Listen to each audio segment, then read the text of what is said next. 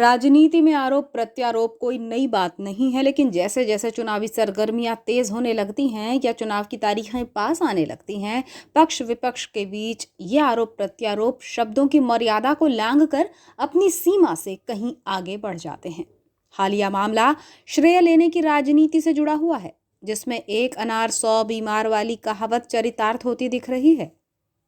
वैनगंगा नदी पर मोक्षधाम से जागपुर तक पुलिया निर्माण की स्वीकृति के बाद श्रेय लेने के लिए अब की बार दोनों पक्ष आमने सामने हो गए हैं। जहां बीते दिनों आयोग अध्यक्ष गौरीशंकर बिसेन ने इसे उनकी और पूर्व विधायक योगेंद्र निर्मल की उपलब्धि बताया, तो वहीं खनिज विकास निगम अध्यक्ष और वारासिवनी विधायक प्रदीप जायसवाल ने इसे अपनी कोशिशों का परिणाम बताया। 25 नवंबर को सर्किट हाउस में आयोजित प्रेस वार्ता में प्रदीप जायसवाल ने आयोग अध्यक्ष पर जुबानी हमला बोल दिया और बातों ही बातों में अपने शब्दों से निशाना साधा। साथ ही जिला प्रशासन पर भी प्रोटोकॉल का पालन न किए जाने का आरोप लगाया। जीआई टैग चुनाव के बारे में बजट भाषण में रही है ना, और जो पुलिया स्वीकृति पुलिया के बारे में पहली भाषण में मैंने बोला था और शिवराज चौहान जी को पूरा लेटर लिखा हुआ है, तब जाके काम स्वीकृत हुआ है। मेरा साफ कहना है कि सब काम सबके बस का नहीं होता। मैं सिविल इंजीनियर हूँ, क्रिकेट का अच्छा खिलाड़ी हूँ, संगठन 10 साल मैंने संगठन चलाया। क्या मैं बालाघाट नहीं जा सकता, कार्यक्रम नहीं आ सकता? क्या मुझे कटंगे में लोग नहीं बुलाते? क्या मुझे लाइने में नहीं बुलाते?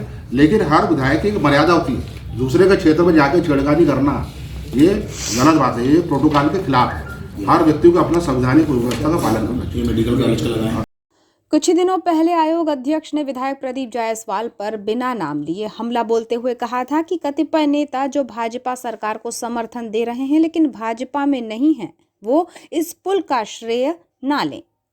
इस पुल का श्रेय उन्हें नहीं बल्कि पूर्व विधायक योगेंद्र निर्मल को जाता है, जिसके लिए उन्होंने वर्ष 2018 में प्रयास किए थे। इसके प्रत्युत्तर में विधायक प्रदीप जायसवाल ने आयोग अध्यक्ष को आड़े हाथों लिया और कहा कि उनके मंत्री रहते हुए ही जिले में 6 फ्लाईओवर ब्रिज और एस्ट्रोटर्फ स्वीकृत हुए हैं, जिसमें विधायक गौरीशंकर बिसेन का कोई योगदान नहीं है। सिवनी में सालों पहले एस्ट्रोटर्फ बन गया, लेकिन 15 साल तक मंत्री रहने के बाद भी गौरीशंकर बिसेन टर्फ मैदान नहीं बना पाए।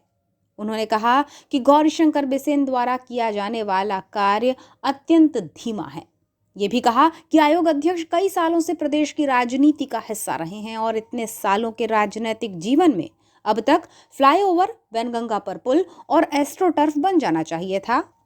वे ये तो नहीं कर पाए और ना ही शक्कर कारखाना खोल पाए, और अब झूठा श्रेय लेने के लिए इस तरह गलत बयानबाजी कर प्रदेश सरकार की छवि को धूमिल करने का प्रयास कर रहे हैं, जिसकी शिकायत उन्होंने मुख्यमंत्री शिवराज सिंह चौहान से भी की। और 10 साल पहले बन जाना था, आज हम बनाने जा रहे हैं। मतलब आग लगने के बाद कुआं खोदने जैसी बात मैंने भाषण में कहा था। और उसके बाद माननीय मुख्यमंत्री को पत्र लिखा कोसमी के बारे में, सरेगा के बारे में, और सारी तैयारी करके वो जो किया गया प्रयास है उसका फल है कि आज बालाघाट जिले में 6 फ्लाईओवर स्वीकृत हो गया है। उस समय तो मात्र विधायक थे, इनका कहीं कोई योगदान नहीं है। आज एस्ट्रोटर्फ वारासिवनी में आया, जिले में आया, जिसकी शुरुआत बुड्ढा जायसवाल ने किया है। लेकिन 1.5 साल में मंत्री रहने के बाद मैं हट गया।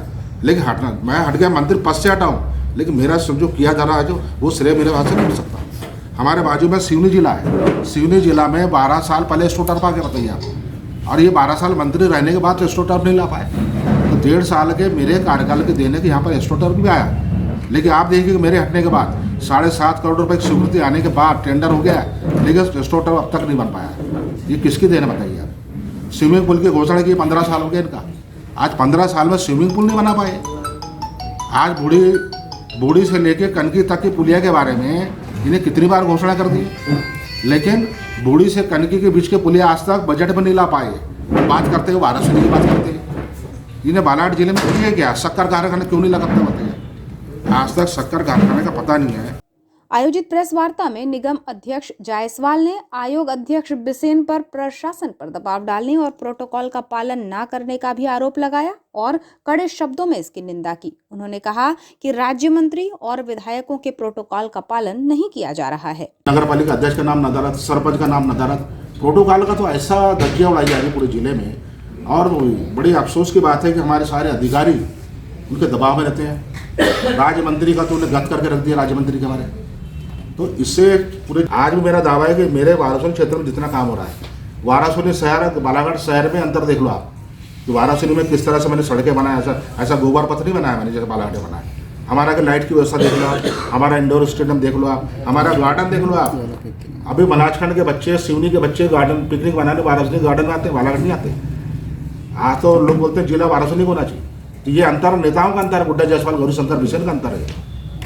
निगम अध्यक्ष ने आयोग अध्यक्ष पर निशाना साधते हुए कहा कि इन्होंने कार्यपालिका और विधायिका का तालमेल बिगाड़ दिया है, जो काफी शर्मनाक है।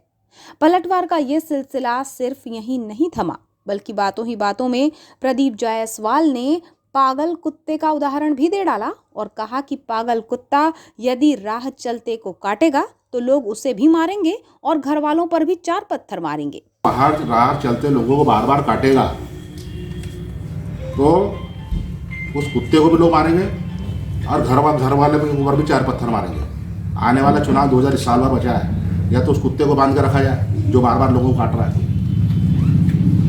ये बहुत आपत्तिजनक पूरे जिले में छवि खराब हो रही है। और अन्यथा 2023 का चुनाव अगले साल ही है। ये जो पागलपन है, बना हुआ पागलपन है, ये जनता ठीक कर देगी उसको। बहरहाल अब तक निगम अध्यक्ष और आयोग अध्यक्ष की तनातनी खुलकर सामने आने लगी और आगामी चुनाव के नजदीक आते आते आरोप प्रत्यारोप का ये दौर किस बिंदु पर जाकर थमता है, ये तो भविष्य ही तय करेगा। लेकिन जनता अब भी अपने चुने हुए जनप्रतिनिधियों से बयानबाजी नहीं बल्कि विकास की उम्मीद लगाए बैठी है।